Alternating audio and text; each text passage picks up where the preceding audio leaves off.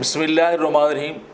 سوال یہ پوچھا گیا ہے کہ کیا بعض جانور یا دودھ نہ دینے والے مادہ جانور کی قربانی جائز ہے یا ناجائز ہے؟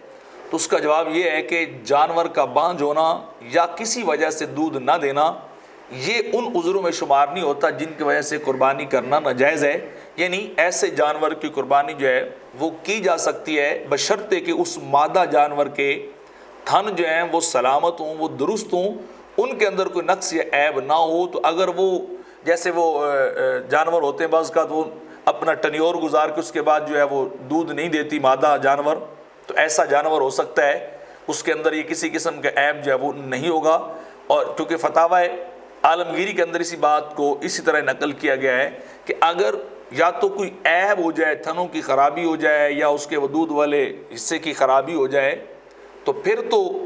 عیب شمار ہوگا، لیکن اگر وہ درست ہیں اور بغیر کسی عیب کے دودھ نہیں آ رہا تو یہ پھر اس کے اندر نقص شمار نہیں ہوگا، بلکہ ایسے جانور کی قربانی درست ہوگی۔